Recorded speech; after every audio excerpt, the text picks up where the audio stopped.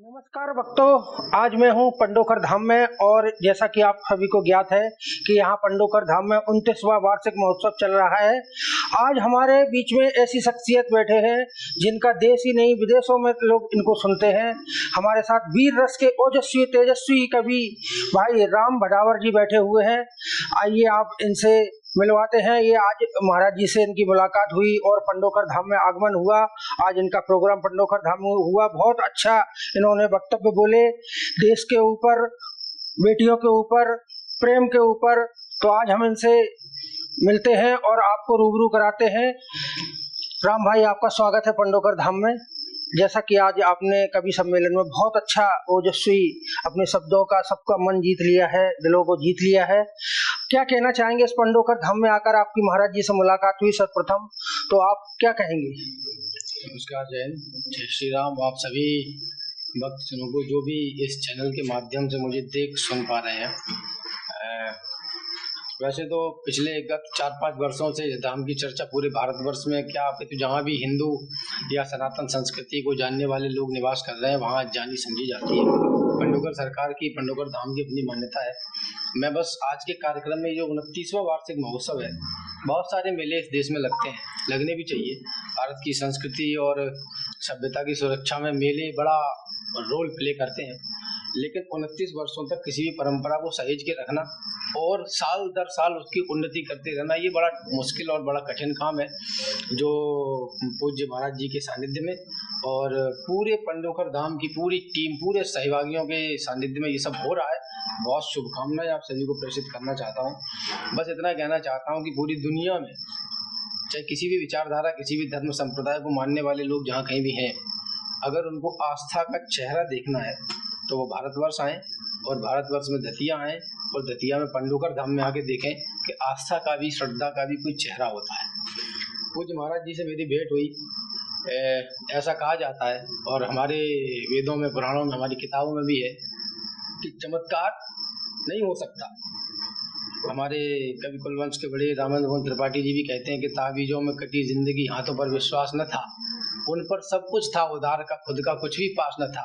लेकिन ये भारतवर्ष है, यहाँ एक तरफ भक्ति है तो दूसरी तरफ तंत्र भी है, मंत्र भी है और उसका एक विशेष कृपा जो पूज्यपाद महाराज जी पर पंडोकर सरकार में है, उसका जीवंत उदाहरण मैंने अपनी आंखों से देखा।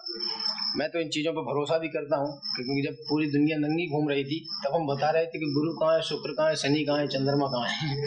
तो उन्हीं सबों की गणना के अनुसार और हमारे अनंत बलवंत हनुमंत महाराज की कृपा के आधार पर पूज्य महाराज जी जो आपको भविष्य के लिए निर्देशित करते हैं, भविष्य के लिए आपको बताते हैं कि आपको क्या करना है, क्या नहीं करना है, क्या है क्या नहीं है, ये किसी चमत्कार से कम नहीं।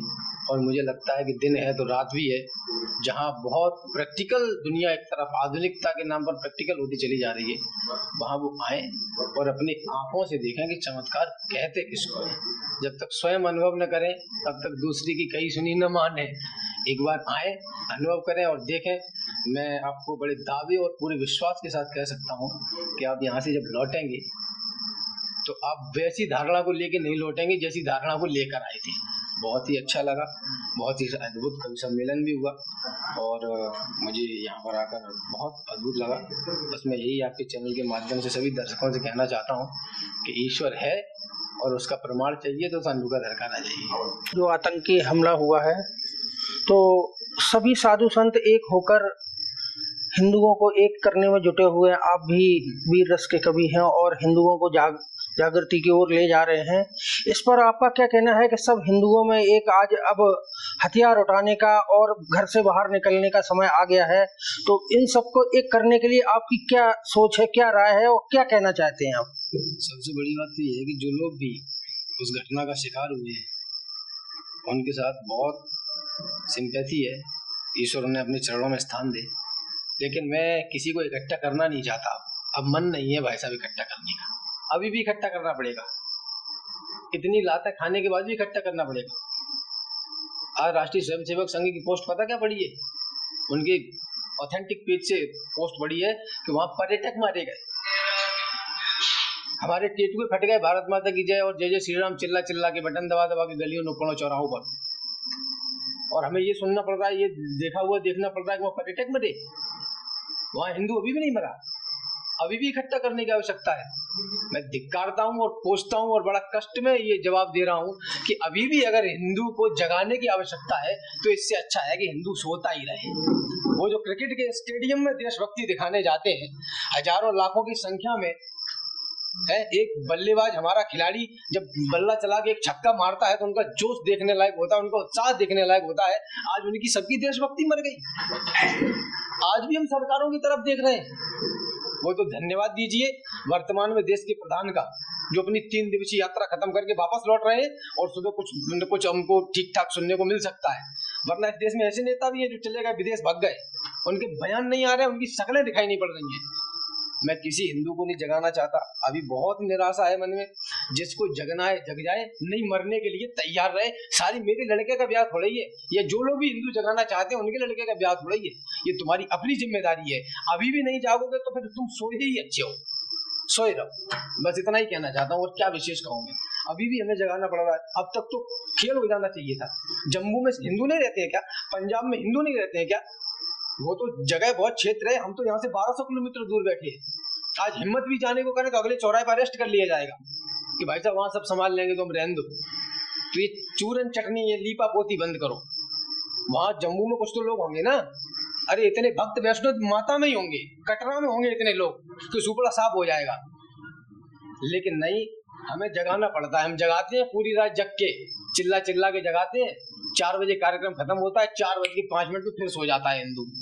अब जगा जगा के थक गए। अब जिसको जगना है, जिसके सर पे जूते पड़ेंगे वो अपने आप जाग जाएगा, और जिसके जूते नहीं पड़ेंगे वो तब तक सोया रहेगा। अब किसी को जगाने की विशेषता बची नहीं।